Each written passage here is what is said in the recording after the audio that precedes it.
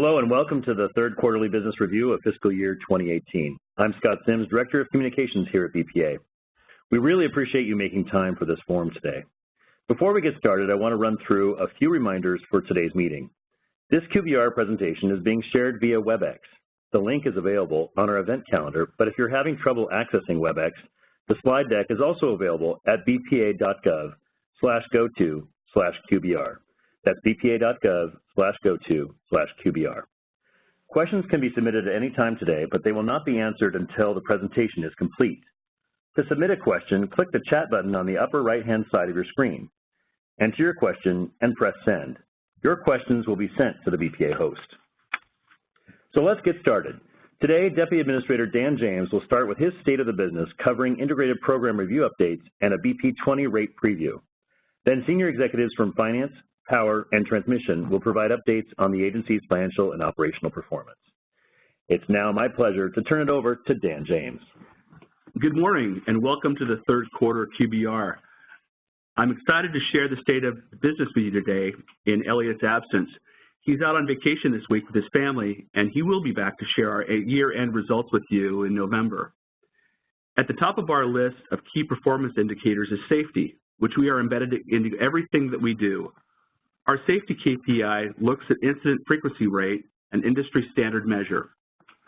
Slips, trips, and falls continue to be our most frequent issue, not just in the field, but in our offices. Cuts and lacerations contributed to about 1/3 of our injuries for the quarter. In Q3, we continued our efforts to increase safety awareness and engagement among employees with our annual Stand Up for Safety event. That's a week of activities aimed at reducing incidents and injuries at work, at home, and on the go. We're not pleased with where we are, and we certainly want to see these numbers go down in Q4. I'd like to spend the rest of my time on the 2018 Integrated Program Review. This is the first IPR since we released our strategic plan in January. In that plan, we committed to improving our cost management discipline, and this was the first test of our ability to deliver. And I'm happy to report that we rose to the challenge. We went into this IPR with the goal of bending the cost curve by slowing or eliminating the trend of increases in our program spending levels, which we recognize is unsustainable. In this IPR, we met our strategic cost management objective by keeping program costs flat compared to BP18. Power Services proposed an expense reduction of $6 million a year compared to BP18 spending levels.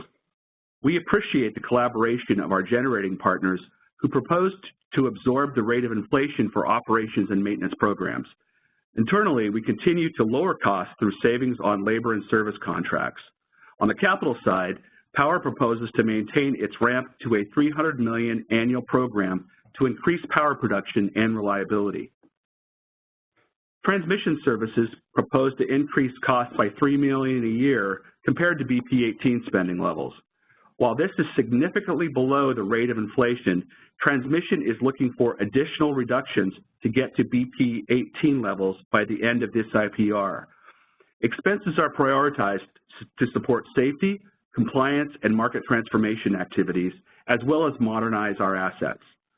Transmission took significant steps to offset rising cost pressures, such as inflation, filling critical positions, and licensing costs. Proposed capital spending is set to achieve safety and high reliability, availability, and adequacy standards, and to maximize economic value to the region.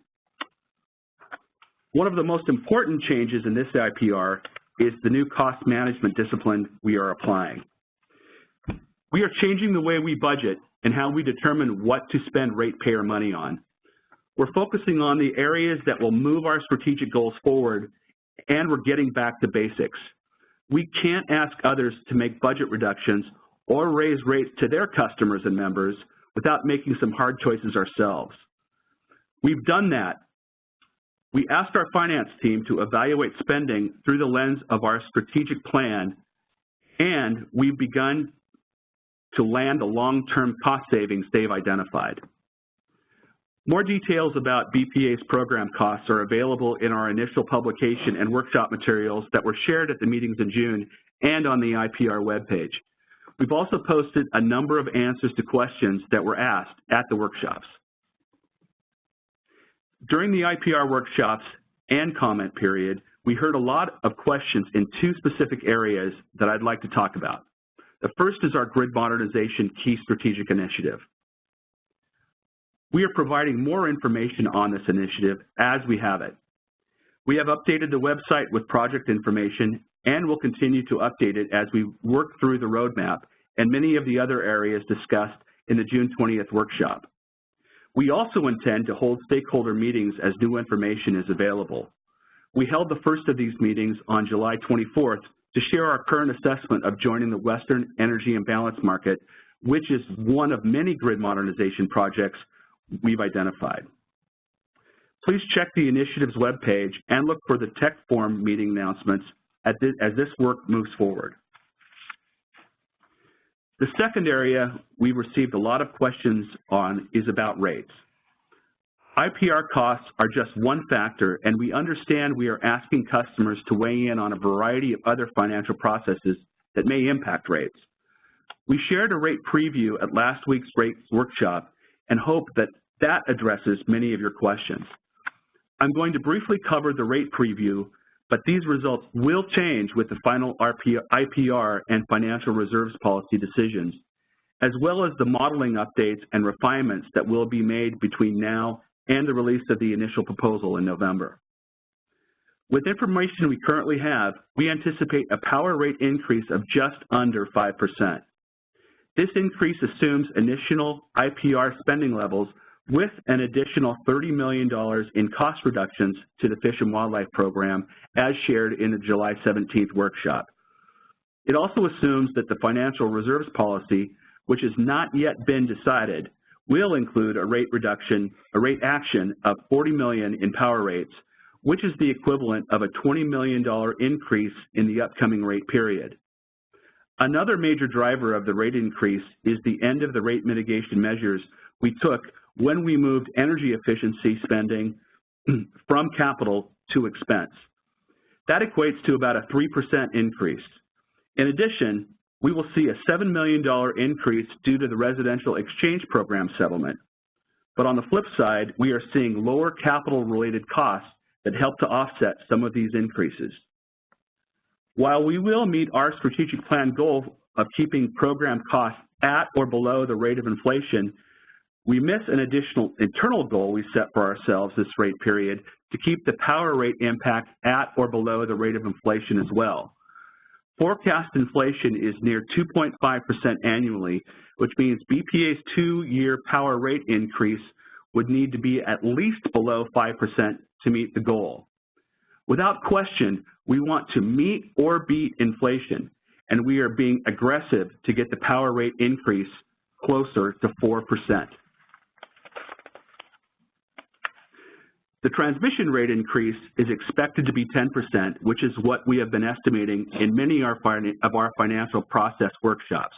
The biggest driver here is the updated depreciation study, which you may remember Mary covered in the second quarter QBR.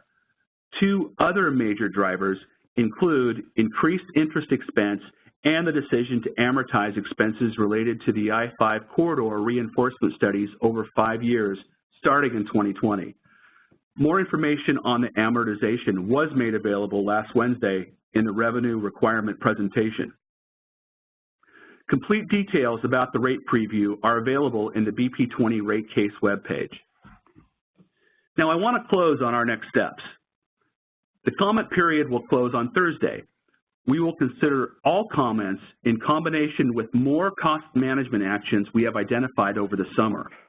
We will issue a closeout report in late September or early October, which will outline our financial spending levels and address your comments. The spending levels will be incorporated into the BP20 initial proposal, which we plan on releasing in November. Now I'd like to hand it off to Mary Hawken, who's going to provide an update on our finances. Mary? All right, thank you, Dan, and good morning. Today I'll be covering the agency's financial position and finance KPIs. Just as we did last quarter, Joel and Richard will then share with you some more detailed breakdowns of power and transmission services, expenses, and revenues. Slide 13.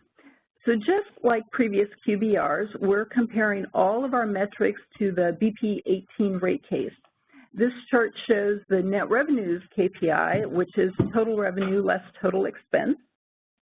We currently expect to end fiscal year 2018 with net revenues $397 million above what was anticipated in the rate case. And this is due to both improving revenues and lower expenses. And I want to remind you that while we are in fact seeing a better than expected year, a large portion of the change from rate case is due to regional cooperation debt savings. Slide 14. This slide breaks down our net revenues into two more of our KPIs, total revenues and expenses. Total expense on the left side includes operations and maintenance, fish and wildlife, energy efficiency, depreciation, and interest. And as of the third quarter, we expect to end the year with total expenses $365 million under the rate case projection. This reflects our cost management actions and also the regional cooperation debt. Total revenue on the right side of this chart is the total of power and transmission revenues. We anticipate ending the year $32 million over what was assumed in the BP18 rate case. And this is driven by better revenues for both business lines, both power and transmission, which will be explained later by Joel and Richard. Moving to slide 15. So before I get to our third quarter forecast for days cash on hand, I need to take a moment to explain an additional $70 million in power financial reserves for risk that was not included last quarter in our forecast, but we have included it in this quarter's forecast. The $70 million stems from regional cooperation debt transactions that occurred back in fiscal years 2014 and 2015. Now, for those of you who are interested in more detail about those transactions, you can find more information on the website. It's in the May 2017 QBR materials. In previous quarters this year, we modeled this $70 million as being used for an additional Treasury payment above our scheduled payment, when in fact, our 2014 agreement with the region was to use the $70 million for the scheduled Treasury payment. We caught this modeling error after the second quarter this year, and we've made the correction in this forecast that you see today. I need to take a moment to personally apologize for this error. Regardless of the fact that this error is in the customer's favor, I understand that unplanned changes of this magnitude are frustrating for you. They certainly are for us. We're currently conducting a root cause analysis with our risk organization to improve our forecasting and to catch potential errors before reserve forecasts are finalized. Moving forward to slide 16, even absent this correction, our days cash on hand has improved. Days cash on hand indicates the number of days BPA can pay its operating expenses based on the amount of financial reserves available. Power's days cash on hand has increased to a total of 33 days. This is still short of our minimum threshold of 60 days cash on hand, but it's a great improvement from our second quarter forecast, and it has eliminated the chance of a crack occurring this year. Transmission also saw an improvement since the second quarter. The overall positive improvement to agency financial reserves has led to an agency reserves outlook of 96 days cash on hand. This is a very important milestone in our financial reserves policy, as 90 days cash on hand is our upper threshold for agency financial reserves, and the level at which a reserves distribution clause could trigger. Slide 17. So a reserves distribution clause, or RDC, occurs if two conditions exist. One, if a business line's financial reserves are over the upper threshold, and two, if the agency's financial reserves are over the upper threshold. The forecast for transmissions days cash on hand is currently 276 days. That's well above the 120-day upper threshold. If the RCD triggers, the administrator has discretion over whether and how the additional funds should be used. We've developed an RDC probability calculation, which is similar to the one you've seen for a crack probability. Based on our current forecast, we have an 80% probability that an RDC will trigger for transmission customers. Now, the actual determination of an RDC and the amount is based off of accumulated calibrated net revenue, or ACNR. On this slide, you see a ribbon chart that shows the relationship between ACNR for the agency and our reserves for risk. If the RDC were to trigger today, we anticipate it would be $24 million. BPA will make the final determination if it triggers the RDC in September, along with the administrator's decision on how to use these additional funds. So if there is an RDC, we'll hold a workshop by the end of September to inform you about the calculation and the final decision. Additional financial details on what I shared today, including more information on the ACNR, accumulated calibrated net revenue, are available in the quarterly financial package published on the Financial Overview webpage. And that's all for my finance update today. Now I'll turn it over to Senior Vice President of Power Services, Joel Cook, who will provide more details on Power Services financials and initiatives. Thank you, Mary, and good morning, everyone. I'm excited to share with you our third quarter results for Power Services. We're starting on page 19. Over the last 3 quarters, we've consistently come in under our rate case, and that's mainly due to 2 things: the cost management efforts across BPA and our partners, and also the big impacts from the regional cooperation debt that Mary mentioned earlier. I draw your attention to the upper right-hand chart there. Looking at year-to-date numbers, we are $156 million lower than our rate case year-to-date expenses, and we're forecasting to come in at roughly $182 million lower than our total rate case expense forecast by the end of the year. Turning next to Power Services revenues. Operating revenues through June have been trending higher than rate case, and that's mainly due to 2 factors. One, primarily the higher surplus energy sales from the above average water that we've experienced this year. That's somewhat offset by the lower preference loads we've had, but then that has been minimized due to the remarketing of the power that we've had. I also want to note that revenues from the spill surcharge are also included in the June actuals and the end-of-year revenue forecast. Again, looking to the upper right-hand corner there, in year-to-date, we're $26 million above rate case, and forecast for the end of the year, we're anticipating to be $23 million above rate case for our revenues. Turning to the next slide, I'm going to discuss, before we go there, just wanted to mention that when you combine the power revenues, expense, and revenue forecast, we're coming in at approximately $403 million, or $79 million greater than the $325 million net revenue target. This strong secondary sales and cost management efforts are key drivers to these gains. The weather has been good to us this year, and controlling our costs where possible has put Power Services in a strong financial position for the remaining part of the year.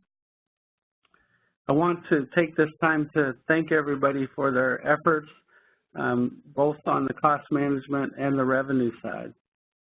Now turning to water supply, this is a new slide for Power. 3 things I'd like to highlight here for you all.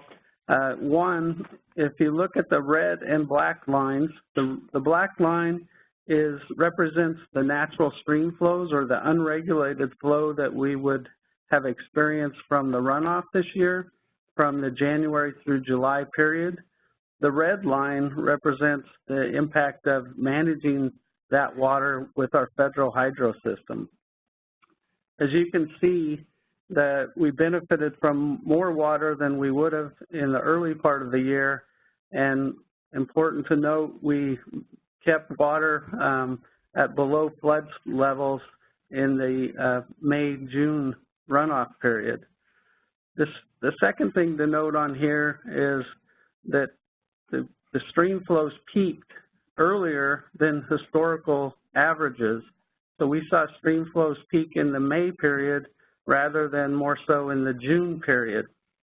So not only did we get a lot of water, but it came off very hard at the end of May there. And then the third thing to point out is what I've mentioned previously, the above average water that we've experienced. So if you look at the lightest shade of green, you notice that that represents the 50th percentile, and we were a little bit above that for a good part of the year. So good water has helped our net secondary sales efforts. Turning to the next slide, we'll talk a little bit briefly about Henry Hub prices. We saw prices depart from the rate case forecast through October and March, and they're largely driven by warmer than expected national average weather in October and February. A cold April and a hot May brought gas prices back to our forecast by keeping demand elevated into the beginning of the injection season and building a large storage deficit. Recent gas NYMEX forward curves are closer to our Henry Hub forecast for the remainder of the year. Slide 23 shows Mid-C prices, both historical and for the rest of the year. Mid-C prices are above our forecast for the remainder of the year, driven in part by warmer than average regional summer outlook and lower than average water supply. These high prices are also being driven by weather conditions in California, coupled with expectations of tighter evening ramp conditions in California.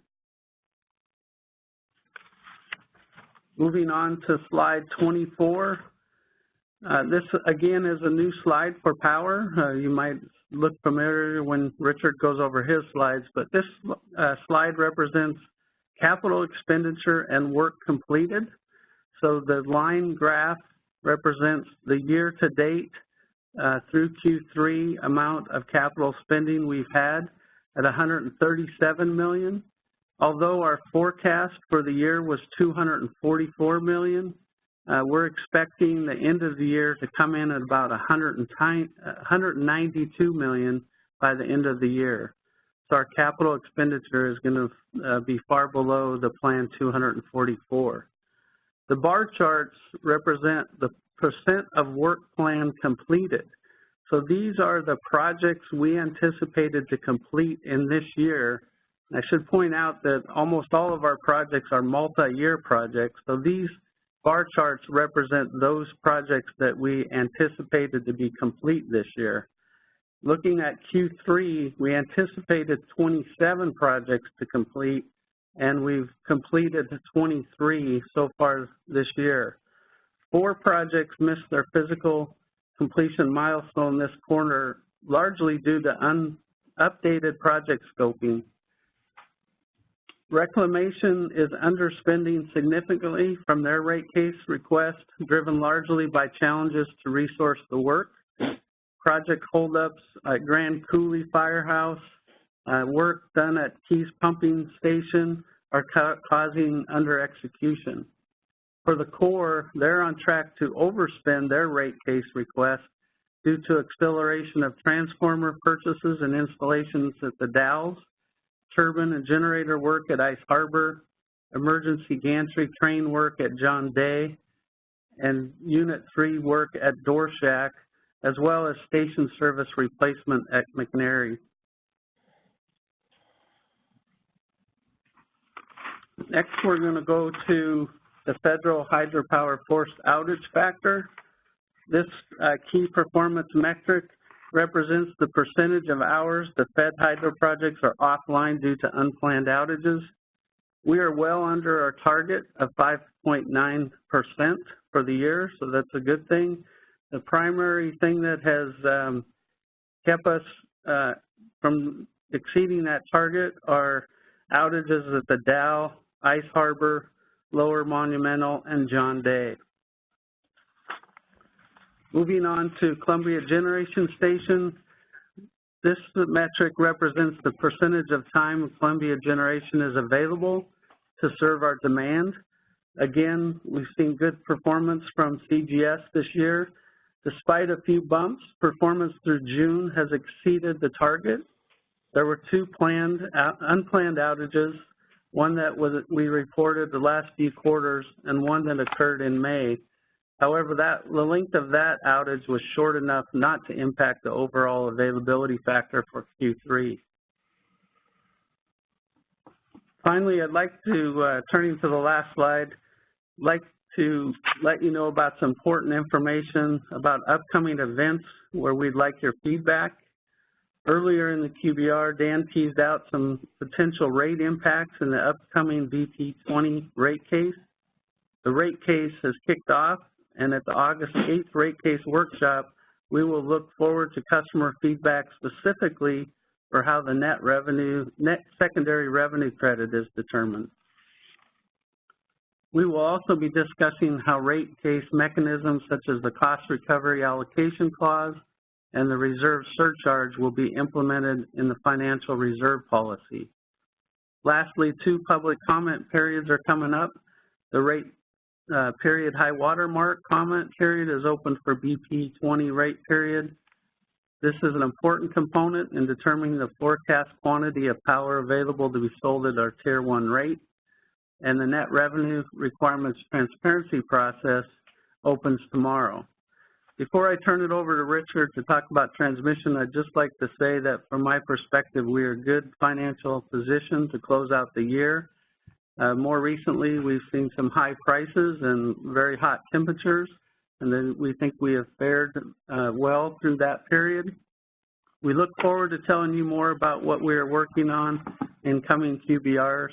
I'd now like to turn it over to our Senior Vice President of Transmission Services, Richard Shaheen. All right, thank you, Joel. It's a pleasure to be with everyone here today and to share Transmission's third quarter results. I'm going to start my report with Transmission's expenses and revenues, then look at our capital plans, then Transmission grid reliability, then wrap up with a few updates and engagement items. Moving to slide 29, Transmission Services Expenses. This format is identical to Power's financial information that Joel just showed, showing the fiscal year and the BP18 rate case spend per month versus our actual expenses per month. For the third quarter, consisting of April, May, and June, we had actual expenses of $261 million versus $261 million rate case quarter allocation, staying directly on plan.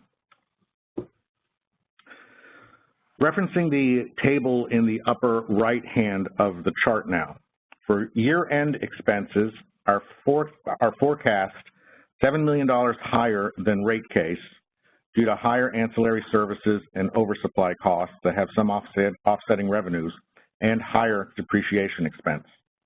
The higher expenses were partially offset by $19 million in reductions taken in Q2 to help meet BPA's cost management objective and a decrease in the interest expense forecast.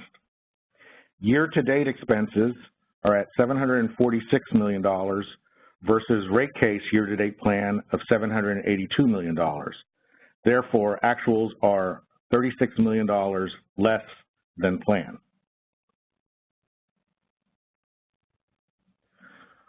Moving on to slide 30, transmission services revenues. Revenues are consistently running above monthly rate forecasts. We expect higher revenues to continue for the rest of the year and anticipate we'll end the year above rate case projections. For the third quarter again, actuals are at $284 million versus a rate case projection of $268 million, resulting in actuals of $16 million higher than projected for the quarter. Our net revenues were higher due to higher network load than had been assumed. Network load was higher because of the temperature differential and the duration of higher temperatures that were built into the revenue projection. Again, referencing the table in the upper right-hand part of this slide. For year-end, we're forecasting revenues of $1.078 billion versus a rate case projection of $1.052 billion. Therefore, year-end actuals of $26 million more than rate case. Year-to-date actual revenues are at $828 million versus rate case year-to-date plan of $794 million. Therefore, year-to-date revenues are at $34 million higher than planned. Next, moving to slide 31, transmission services capital. There's actually two things that are depicted on this slide, our capital spend and our work plan progress. And Joel did a good job describing the details of how we count our work plan progress. These are actual in-service completions of projects, although many projects span multiple years. This quarter's end-of-year forecast of capital expenditures is $97 million less than rate case, driven by resource management and outage constraints, as well as non-critical projects being put on hold to accommodate customer and compliance projects. Over the rate case, transmission has established a process to regulate the admittance of capital projects into our portfolio and to require formal scoping of substation work. This formal scoping improves our certainty in outcomes but requires an investment of time. Similarly, an increase in customer projects entering the planning process began in late FY16 and continues to today, which has displaced capital projects for BPA's Sustained and Expand program. The effect of these factors is that our FY18 capital spend is below rate case. For year-to-date at the end of Q3, we remain below budgeting goals and have executed more projects in service than actually planned. One final note. This quarter, Bonneville accepted an offer from its customer, Lower Valley Energy, to build the Hooper Springs transmission project in southeast Idaho. The agreement takes advantage of the best each entity has to offer, which will reduce costs and maintain reliable service to the region as we continue our flexible, scalable, and cost-effective approaches. Advancing to slide 32. Transmission reliability, SAIFI. The System Average Interruption Frequency Index, or SAIFI, tracks frequency of unplanned outages. We track it in two forms, both the voltage less than 200 kV part of the grid and the voltage greater than 200 kV part of the grid. We also have on this chart dashed lines which depict warning levels. These are based on historical performance within the transmission BPA grid, and they are not to exceed levels. Down is good on this chart. In FY 2018 to date, we maintained stable and good levels in our greater than 200 kV lines, and we improved to an average of 0.47 unplanned outages in our less than 200 kV lines per year. BPA's reliability overall is improving. These outages are going down from Q1 to Q3. This indicates a better performance. However, part of this improvement may be due to calmer weather. Recent fire activity has driven some outages and may impact these numbers by the end of the fiscal year. Fire impact on reliability is closely monitored in transmission. Bottom line, BPA is showing improved reliability since the beginning of the year, and our continuous improvement project is investigating outages in order to find their root causes and prevent recurrences. Moving on to slide 33, Transmission Reliability SAIDI. The System Average Interruption Duration Index, or SAIDI, tracks duration of unplanned outages. This is a measure of average minutes per outage. As before, we track this in two parts of our grid, the less than 200 kV and the greater than 200 kV. We also have on this chart dashed lines which depict warning levels.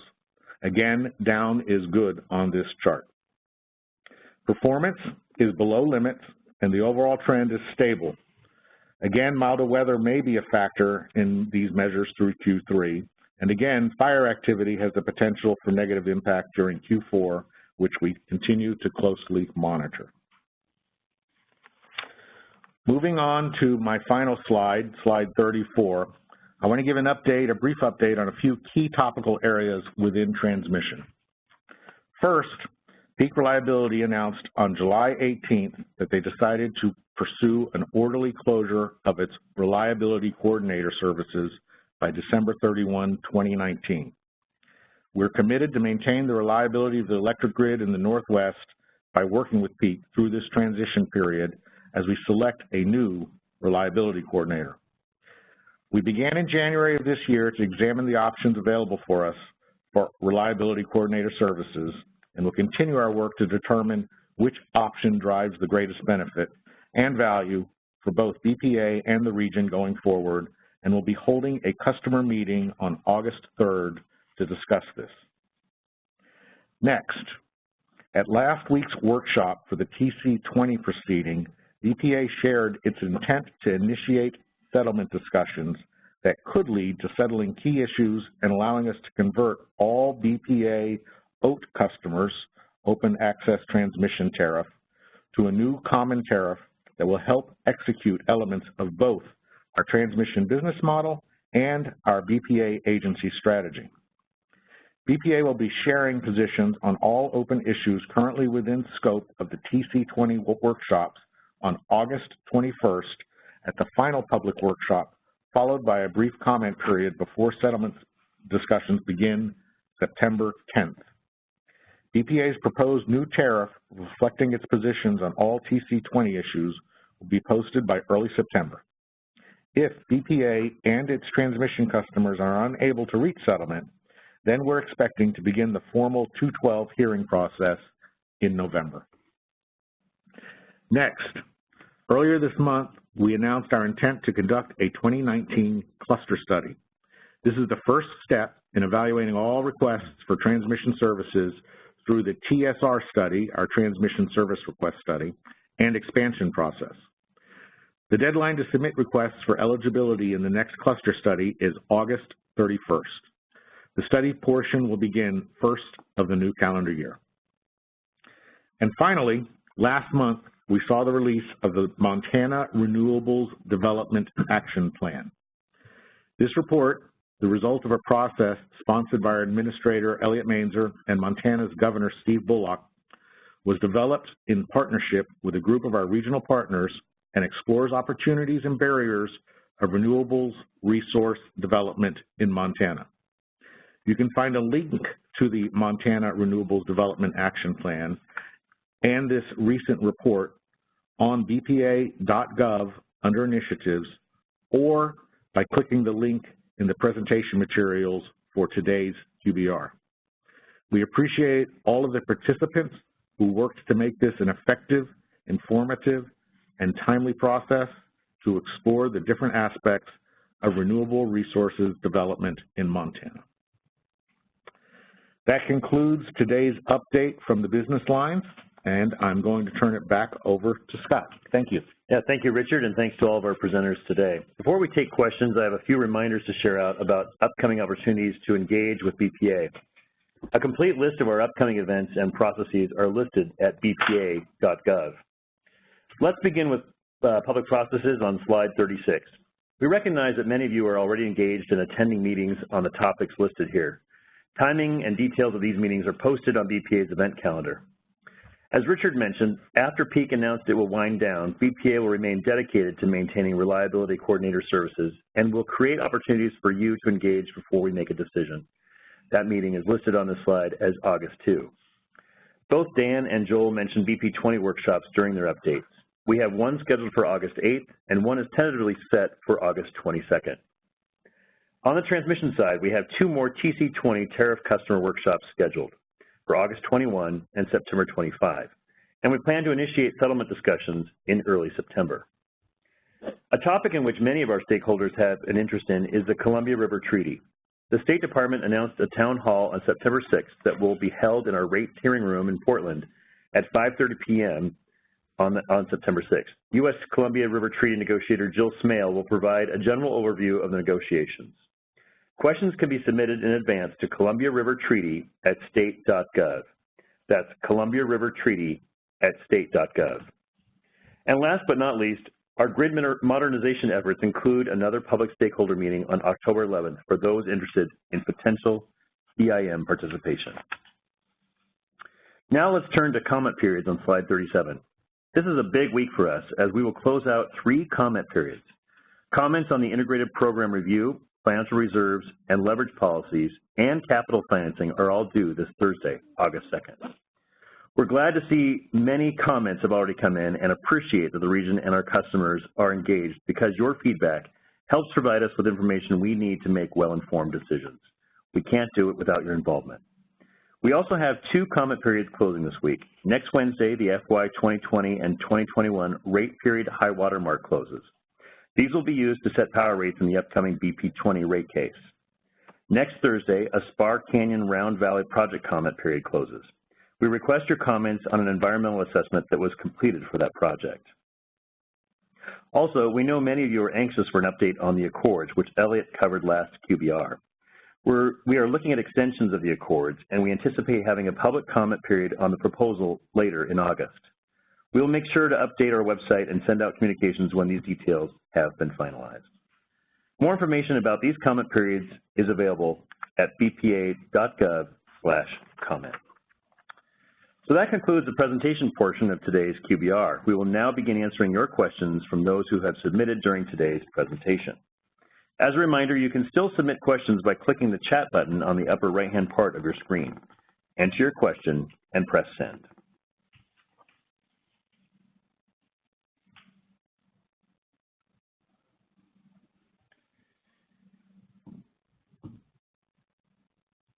And we would just say that so far today, it's a quiet crowd out there.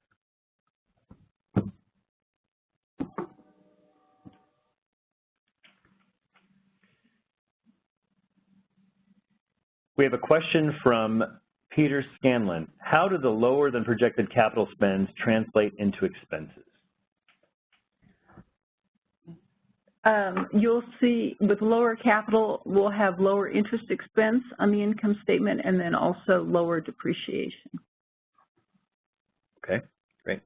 It looks like also we have a flag on the reliability coordinator meeting workshop. Just want to make sure that folks see that it is listed as August 3 on bpa.gov, but slide 36 says August 2. And I think Richard Shaheen also said August 3.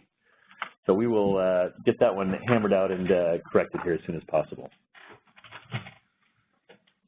We also have another question about slide 7. What does that represent? Go back to slide 7. So this was, I think, the schematic for grid modernization. No, that's slide 8. Slide 7, bending the cost curve. Oh, this is one of our favorite topics lately here at BPA. Dan, do you want to take that one? What was the question? I think the question was, what does the slide actually represent in terms of what are we trying to display in this bending the cost curve slide? So that actually shows a decline in our program costs and a percentage of the cost change by rate period. So what you see there is a decline from BP10 all the way through BP18 to the current year, 2018, where we are in the current IPR. Great. Thank you, Dan. We're still waiting for additional questions to be submitted. So again, you can still submit questions by clicking the chat button on the upper right-hand part of your screen, enter your question, and press send.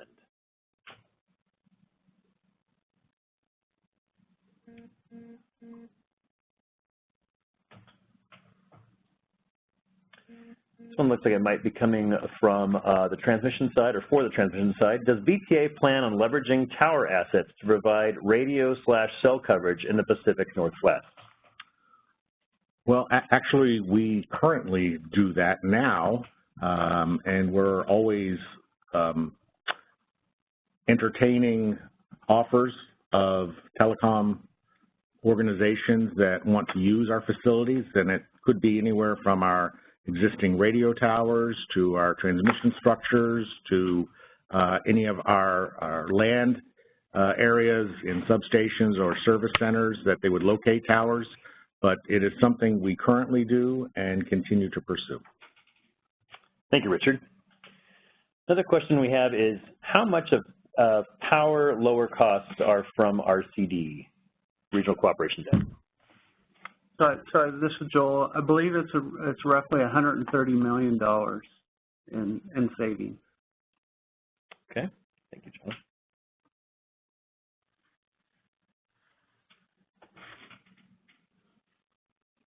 Okay, just waiting for more questions here.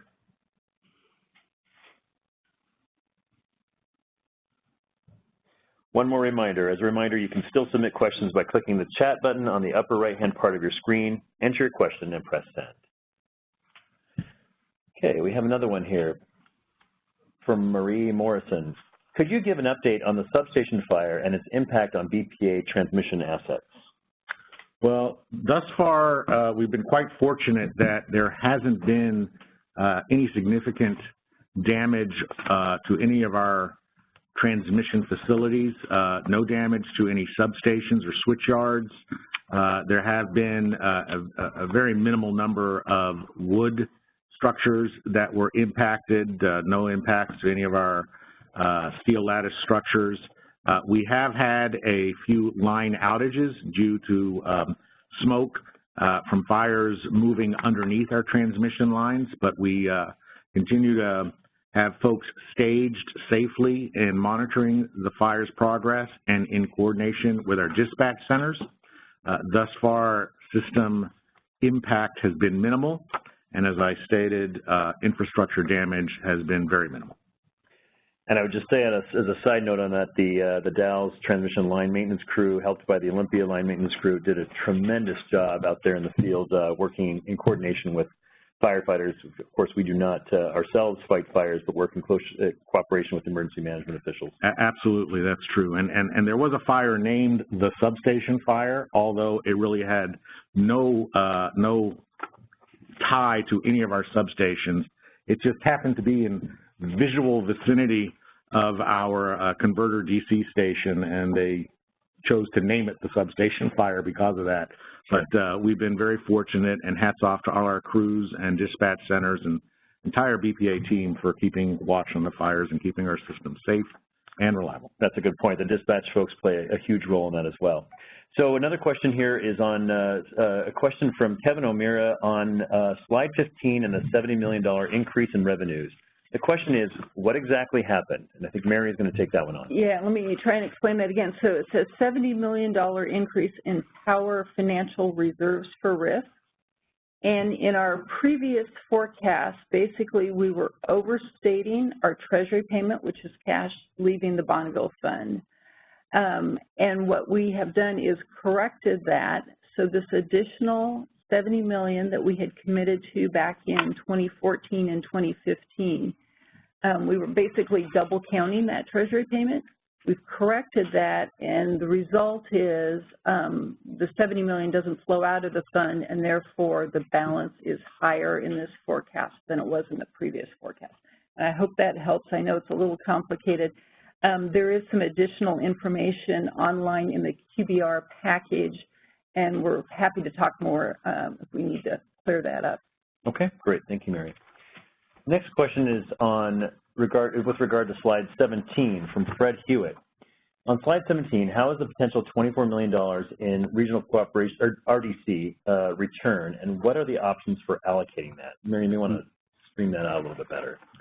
Oh, can you just... Oh, it's a correction. Here we go. On slide 17, how is the potential $24 million in RDC return calculated, and what are the options for allocating that? And thank you, Fred, for rewriting that question. Yeah. So if you look at slide 17, this ribbon is from our rate case documentation. And if you look at the very top line, it's the accumulated calibrated net revenue. And when we move over to the right in the dark blue, that's where an RDC triggers. And you can see in the box above our Q3 ACNR forecast is $782 million, which is $24 million into that dark blue zone. So that's how that is calculated. So we're $24 million higher than what was shown in the rate case that moves us into the RDC zone. And then the options, the options were documented in our the rate case. The administrator could choose to pay off additional debt, use it for other sources, or use it in rates also. So there's quite a list that the administrator can rely on as he makes his decision in September. And we'll have more of that information at that time. Okay, great. Thank you, Mary. As additional questions stream in, I do want to make sure to circle back to that Reliability Coordinator Services workshop that we had listed on slide 36. That was listed on that slide as August 2nd. We just got confirmation that it is actually on August 3rd. So we will make that correction in our posted materials, but wanted to make sure folks flag that Reliability Coordinator Services workshop is on August 3rd, so we apologize for that error. Now let's go back to some questions here. Next question is, can you explain how transmission reserves are growing more than the increased transmission net revenues? So I don't know who wants to take that one on. This is the question from one of our stakeholders here. We may have to follow up on that one. Okay.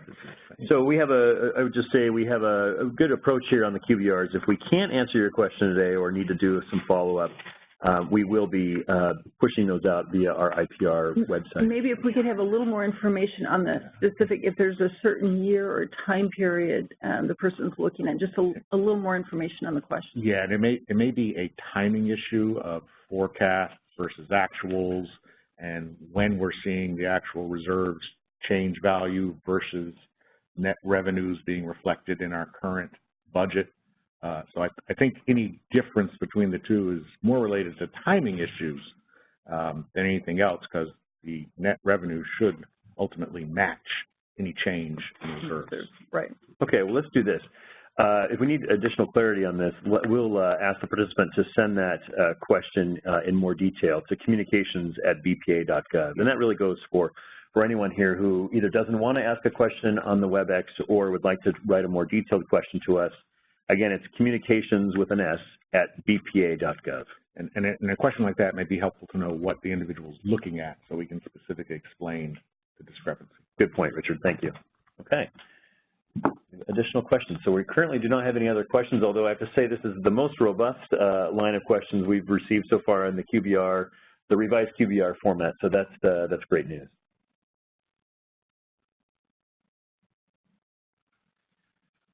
We're going to wait for just a moment here to see if there's any other questions being submitted, and otherwise we're going to go ahead and call it. All right, with that, we're going to wrap up our question and answer session. And again, if we're unable to get to your question today or you want to submit a more detailed one, communications@bpa.gov is the place to send that. Those questions already submitted via today's WebEx do not need to be resubmitted, but if you want to clarify, that would be great. We'll be posting follow-up answers to all these questions on the QBR webpage in the coming weeks, along with a recording of today's meeting. We really appreciate you listening today. We really appreciate you engaging with us today, and we look forward to you joining us on the November 6th call for our end-of-year QBR. Thanks, everyone. Have a great day.